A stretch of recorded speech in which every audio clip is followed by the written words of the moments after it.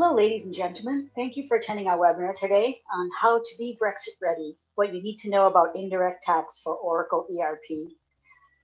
My name is Rashma Gada. I'm a practice manager at Apps Associates in the ERP Financial Applications Group.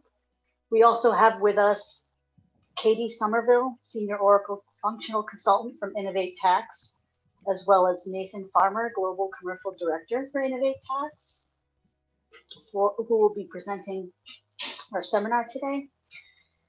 We will have a Q&A session at the end of the webinar. Please post any Q&A into the Q&A panel, and we'll be happy to address your questions at the end of the session.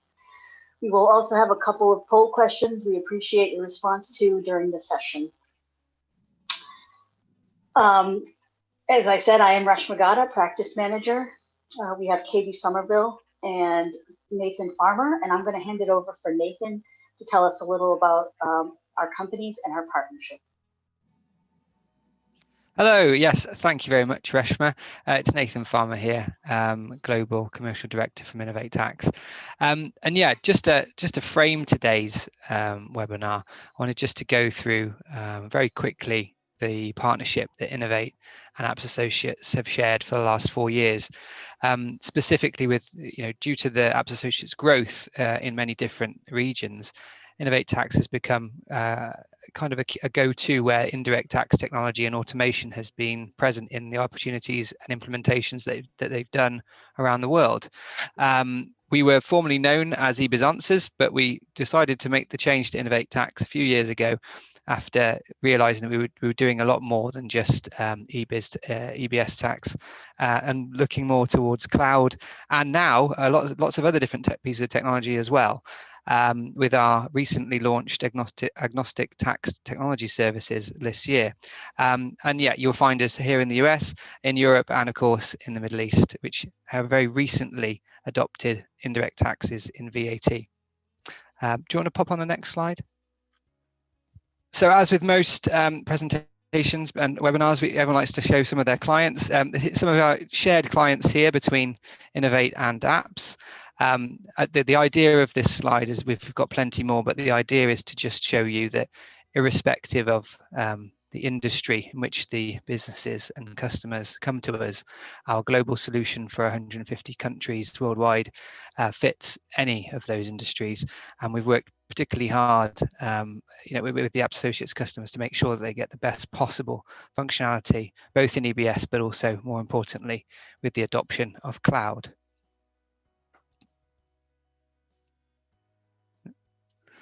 Right, onto a poll. I think this is Carla's turn.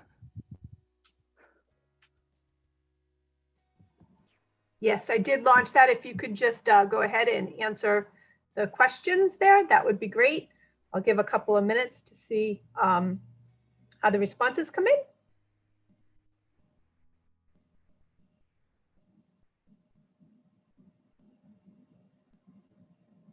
Doesn't look like we have too many. Oh, there we go. Getting a few voters in there. Thank you. We appreciate that. And I'll give it just 2 seconds more. And we'll go ahead and end the poll and we'll share the results.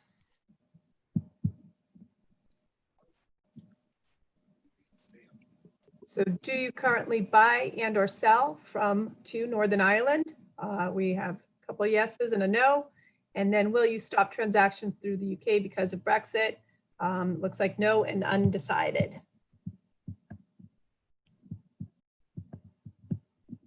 Turn it back over to Katie. Yep. Okay, so that was a really interesting poll actually, just to see, get a flavour of the audience and see where people are buying, selling and where their heads are at. And there'll be a couple more polls as we go through. But the first thing I'm going to talk to you about today is the fundamental changes we're describing them as for Brexit. So we have identified some key changes that are needed, and some of these changes are going to be listed here on the left. Obviously, the definitive legislation hasn't been confirmed as of yet. So everything that we are proposing is based off of what we currently know with the anticipation that it may change, but hopefully not very much. You still have to be prepared for the 1st of January because whatever happens, unfortunately, we are still leaving the EU. So some of these fundamental changes are probably quite obvious by now, but the rule changes and potential new rate for when the UK is buying or selling to the EU. Rule changes for when the EU is buying and selling to GB.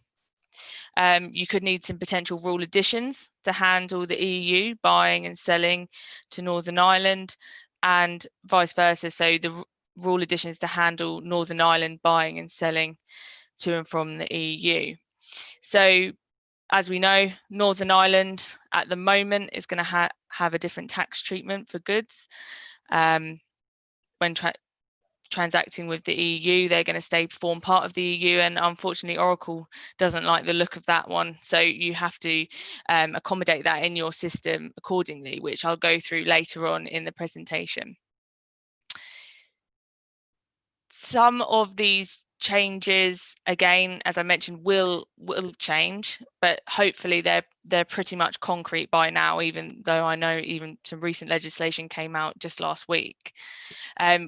We're anticipating that the EU buying, selling to GB will now become imports and exports as opposed to the intra-EU rates, and that will also, for goods, hold a reverse charge potentially due to the postponed accounting. Again, something that I will touch upon later on.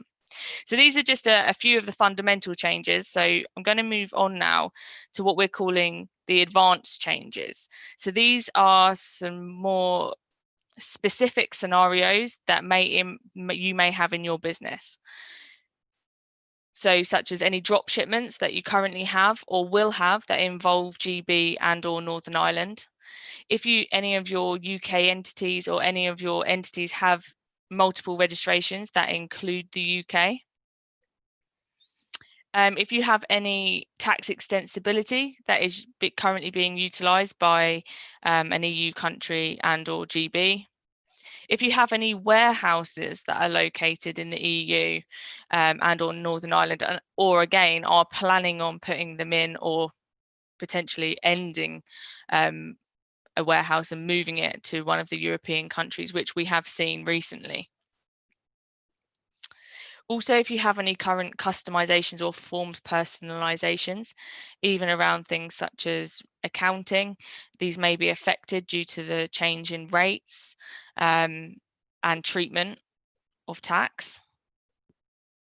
And lastly, if you're changing any of your business processes to include a country for which you don't currently have set up. So, for example, if you are now instead going to move your warehouse or your entity to the Netherlands, instead of going through the UK, you may need a new tax regime to handle that, to be able to calculate that regime's taxes. So you may or may not already have some of these complexities in your current solution.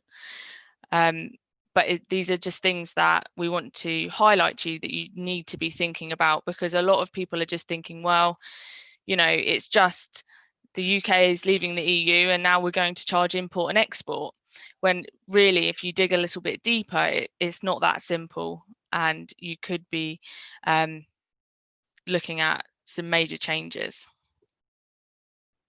So I'm just going to hand back over to Carla quickly for our second poll.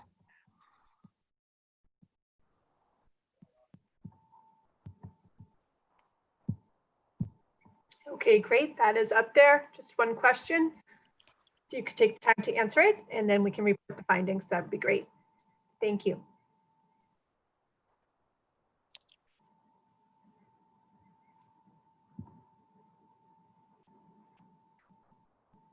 We have a little bit of a shy audience today. That's okay.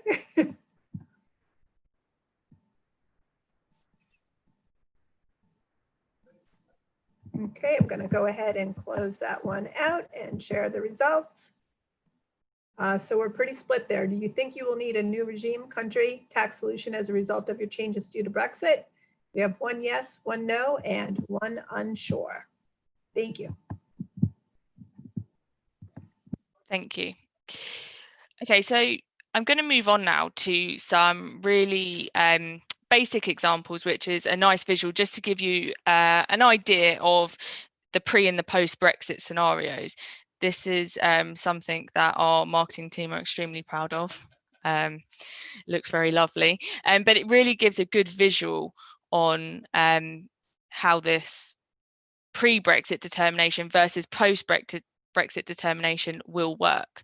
So on this one, this is effectively the tax engine. So I'm going to put the bill to as the UK. So this is for an AP transaction, by the way. This is just a very basic one, just to show you the concept.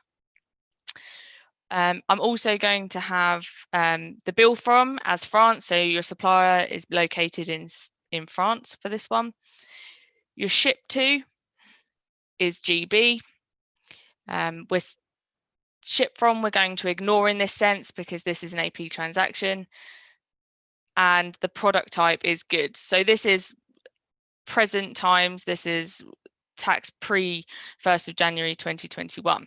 If I hit calculate here, the tax engine is going to work its magic.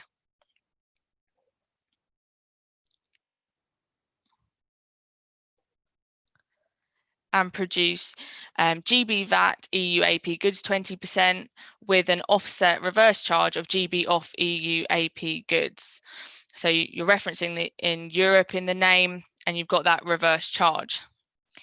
Now, post-Brexit, so after the 1st of January, I'm going to put the same transaction through. So the bill to is GB, bill from in France, ship to is ignored, ship to is GB, sorry, ship from is ignored, got a bit carried away. Product type, again, is goods, and I'm going to calculate the tax again, but this time we're going to see a slightly different result. We're going to see GB VAT EU import goods and GB off EU import goods, again with the 20% and the reverse charge. Now, this is due to the fact that postponed accounting is going to be in place from the 1st of January to the 30th of June. Again, this is something that I am going to touch upon in a later slides, but you can still have your reverse charge. And these rates are rates from the Innovate tax solution, so may not mean a great deal to you right now. But the reason that we're looking to do it this way is because you want to have that clear split in your reporting as well. So even though when we leave the EU, it's going to be import and export, by having the EU in the name, it still allows you for that extra level of reporting detail that you can use to look through all of your data when it comes to the end of the year, see how many imports, etc. you have had to the EU, and just provides you with that extra level of comfort. So moving on to some configuration considerations. So although we have just touched upon configuration considerations previously, this is more about Oracle or your tax engine and things that you may need to consider. So firstly, how is your tax currently determined? As I say, we don't know how all of everyone on the call, your tax solution currently works. So you may have it set up in various different ways. So just as a couple of examples, you may have tax status rules which drive your taxes currently. So you could simply add a new rate under your current EU tax status to drive your post-Brexit rates. By doing that, you can actually use default dates, which will allow the system to calculate if you was to receive an invoice in January, with an invoice date in December, you would still be able to drive your pre-Brexit rate, but with the default date in for the 1st of January on your new rate, post-Brexit, you'd be able to charge your new import rate. You may, though, however, have direct tax rate determination rules. And for that, you would actually need to have a new condition and potentially a new rate entirely, because there's less flexibility when using tax status rules to tax rate determination rules. You may have a completely manual solution where you just need to create some new rates, or simply use your import rates on your European rates.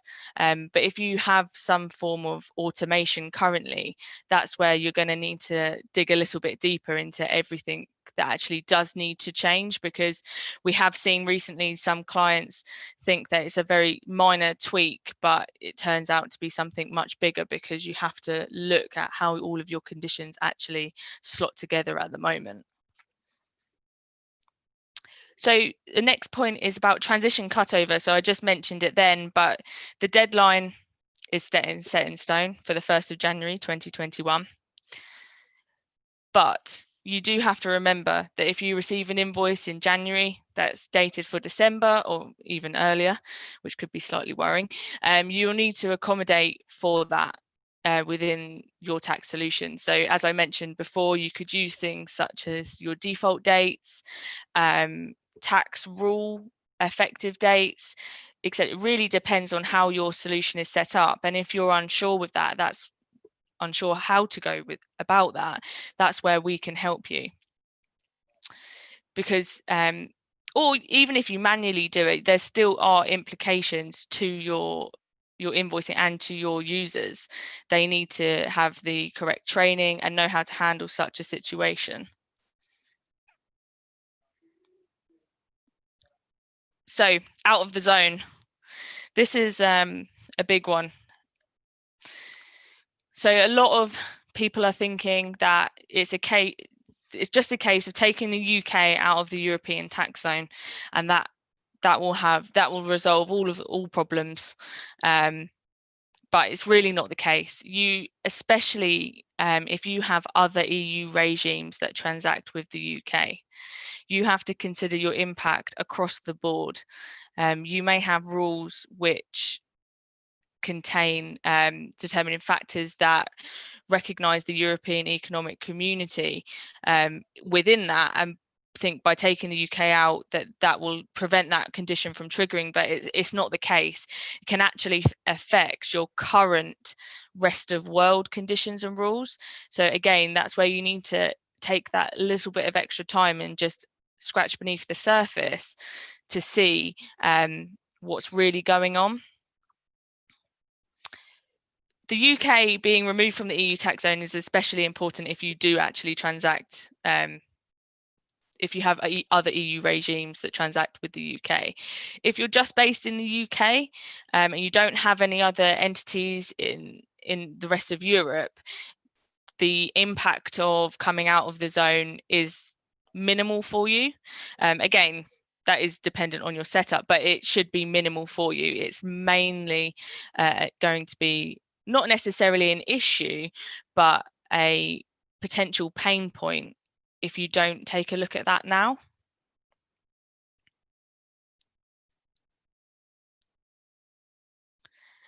And lastly, for the configuration considerations, postponed accounting. So as I mentioned earlier, from the 1st of January 2021 to the 30th of June 2021, postponed accounting will be available for the importation of goods into GB from the EU and also rest of world. You may decide, and some of our clients have, to only implement this for the EU and not disrupt your rest of world setups just for the sake of a 6-month period. But this still needs to be considered in order for it to work seamlessly post-Brexit. So if you do want to make a change and take advantage of the postponed accounting for your rest of world importations, then now is the time to look. Again, this will need to be in for the 1st of January. It could be a simple change, such as creating a new 20% rate with an offset, or it could be, again, much harder than that if you have something like direct tax rate determination rules. You may require a new condition, a new rate, and further setups there. It really depends on how your current solution has been set up to how much work is needed. And that's why we wanted to stress the importance of how you really need to start thinking about all of these parts. And I mean, these are just 4 parts of the puzzle. There are obviously many more that you need to consider. So at the bottom there, we've got a link also to the HMRC guidance on the postponed accounting, if you are unsure on that and want to take a look. So I'm going to hand back to Carla now for the third and final poll.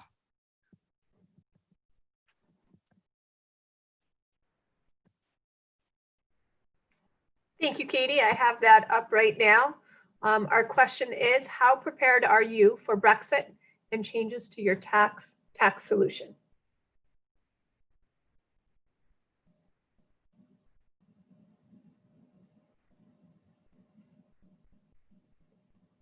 We'll give just a couple more seconds to have a few more people respond.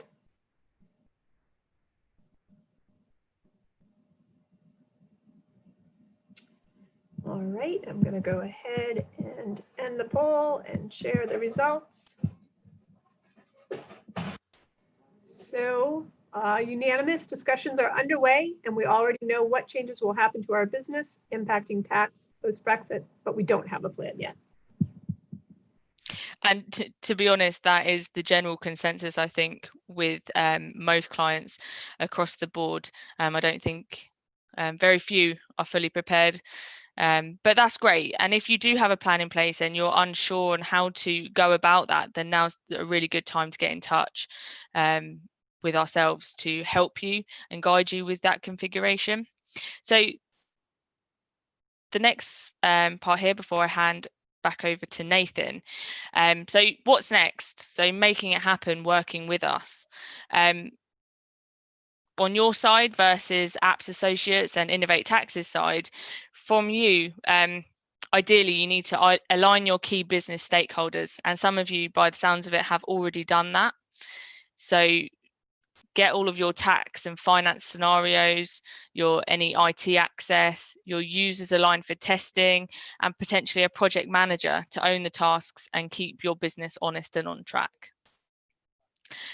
We usually send a client tax scenarios matrix, or you may have your own, for you to populate with your expected specific post-Brexit AP and AR transactions with your expected results. So these matrices are very useful for you to carry out your testing. It's easy for users to follow and for you to log any issues that you come up against.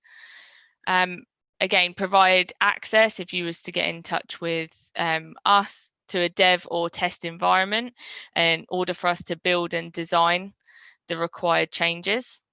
It would then be, once that's done, over to you to test your new scenarios and or the core solution changes. And then finally, provide access to a prod environment or arrange a screen share to implement them as soon as possible.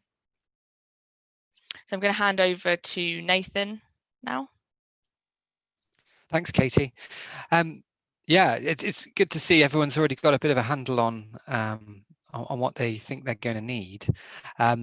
But in terms of liaising with apps and Innovate, I mean, you can do it in any way which is easiest. But I'd say that, you know, at any point, and no matter how big the impact really is, you're able to come in and get in touch regardless of what you think you might need. So even if it's just a little bit of advice here and there, or whether it's actually you need to come and you need to let us do the work for you, so to speak, and actually kind of take your hands off it. So whatever it is, please feel free to reach out, and that's across any technology. It doesn't have to necessarily just be EBS or cloud. If you've got other products such as tax engines, for example, then we would be happy to look at that as well. And yeah, we're really not fussy on how you want to engage with us. You know, you've got your account managers at apps, and lots of the customers that have used us in the past to implement their cloud products, they know about Innovate and have connections to us directly as well. But if you do want to just have some advice, maybe just query some of the advice that you've picked up through the last few months of the process of transitioning for Brexit. Then again, feel free to pick up the phone. Our contact details, my personal contact details on the right hand side, Carla's on the left there. And we'd be, yeah, anything we can do to help, we'll do that for you without a problem. Yeah, Nathan, we did have a couple of questions come in. I'd like to just throw those out. Of course, yeah. Okay, wonderful. So the first question we had is, how long would it take to implement a new tax regime if required due to our post-Brexit business changes? Katie, would you like to take that, or would you like me to? Sorry, I couldn't find the unmute button. It can be done very quickly. With our solution, especially, turnaround can be literally within a matter of hours in R12 or cloud if we're talking about Oracle. So really, as soon as we hear from you, we can get going with that and implement as soon as possible. Okay, great. Next question is, we have the plans in place but are unsure how to implement the configuration. Is that something you can assist with, and what are the timeframes? Yep, again, that is definitely something that we can help with. We have a vast experience help, not just with our own solution, but also reviewing and helping clients with their current solution to try and get the best out of it, especially in preparation for Brexit. So, sorry, could you repeat the end? I'd say the answer to that is the sooner the better. Yeah, the sooner we can review, because I think what's really important here is that you can get tax advice on the actual impact that Brexit is going to have on your supply chain or how you sell and how you do business.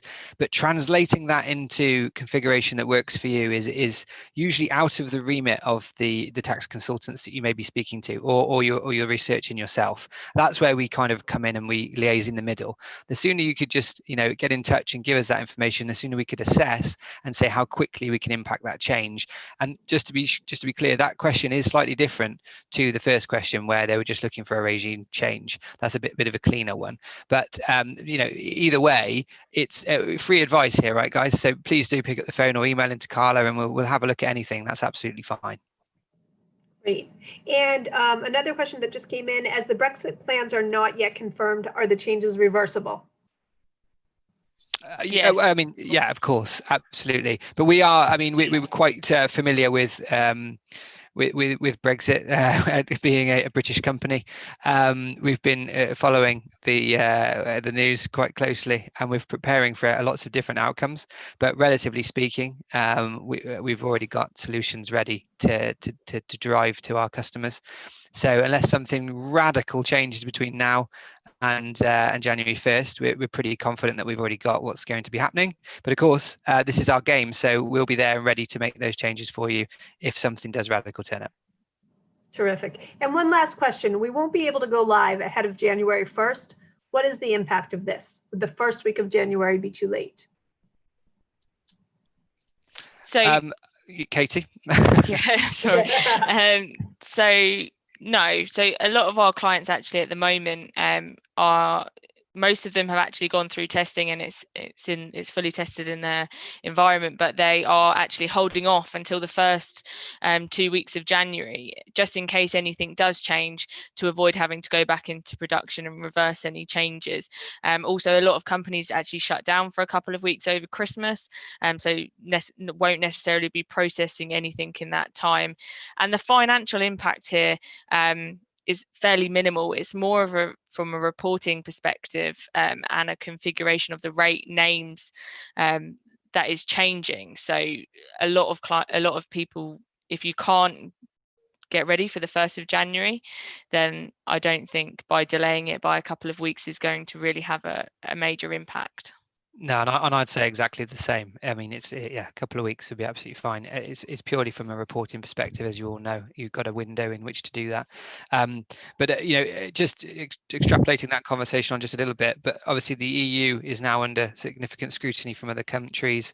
This may set motion for other countries to leave the EU, so we're going to be seeing lots more of this. It's not a bad time to reach out and make contact with us through Apps Associates anyway. And if you need any advice in and around indirect tax for the UK, around making tax digital and that type of reporting, you can still leverage us for that too. Terrific. That was all of the questions. So I'd like to thank everyone for joining us today. Thank you to our speakers. And if there's any questions, please feel free to reach out to myself, Carla, or to Nathan Farmer. and have a great rest of the year. Thank you. Thanks, everyone.